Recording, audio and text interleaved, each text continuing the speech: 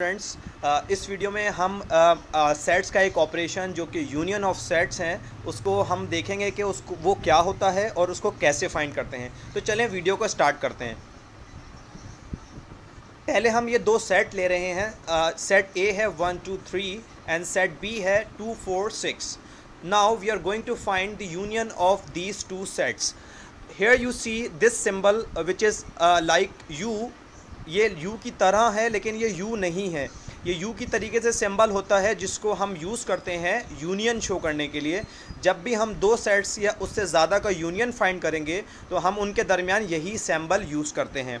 और अगर आपसे यही सिंबल के साथ पूछा जाए कि फ़ाइंड करें तो इसका मतलब है कि आपको उन सेट्स का यूनियन फाइंड करना है। चलें तो अब देखते हैं कि यूनियन फाइंड करते किस तरह हैं। पहले हम वैल्यूज़ को पुट करेंगे। ये हमारे पास सेट ए है तो ए की जगह हम इसकी वैल्यू को इस सेट को पुट कर देंगे। और ये हमारे पास सेट बी है तो बी की जगह हम इसकी वैल्यू को पुट कर देंगे इस तरीके से। और हमारे बीच में इन दोनों सेट्स के बीच में ये यूनियन का साइन ऐसे ही रहेगा। अब हम नेक्स्ट स्टेप में इसके यूनियन फाइंड करने जाएंगे।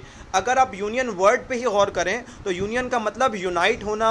आपने देखा होगा कि ऑफिस में या लेबर की यूनियंस होती हैं जहाँ पे वो किसी एक एजेंडा के ऊपर मिले होते हैं।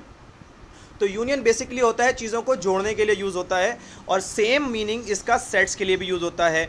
जब हम किसी दो सेट्स की यूनियन फाइंड करने जाते हैं तो हम उन दोनों सेट्स के एलिमेंट्स को मिलाकर एक सेट में लिखते हैं। This is very simple. तो अब मिला के लिखना स्टार्ट करते हैं। पहले हमने 1 लिखा, फिर 2, फिर 3।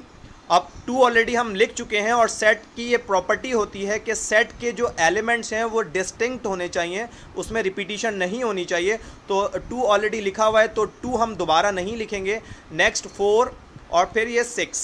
सो जब हमने ये तमाम एलिमेंट्स इन दोनों सेट के एलिमेंट्स को जोड़कर मिलाकर लिख दिया तो ये हमारे पास कहलाएगा union of A and B. तो this is very simple operation of set where we just combine the elements of 2 or 3 sets. So let's take another example in this video so that you can have a grip on this video.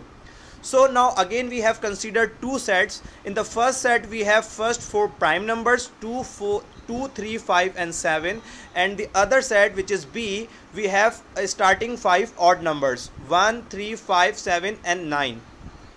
Now we are going to find their unions A union B. Again we are putting the values first in the first step. So this is set A, so replacing A with its set, and this is set B, so replacing B with its set. Again we have the sign of union in between these two sets. Now we are going to find the union by combining the elements of these two sets. So starting with 2, 3, 5, 7, we have written all the elements from this set. Now we are going to write all the elements from this set. As we know, it is good to write the elements of set in ascending order, so that's why we are writing 1 in the start of this set, and 3 has already been written, 5 is already written, 7 is already written. Now we are writing 9. So after combining the elements of these two sets without repetition, because it is the property of set, we have got the A union B, where A is this set and B is this set. So this is very basic concept, and you have I'm sure that you have easily understood this. So just start practicing this. Thank you so much.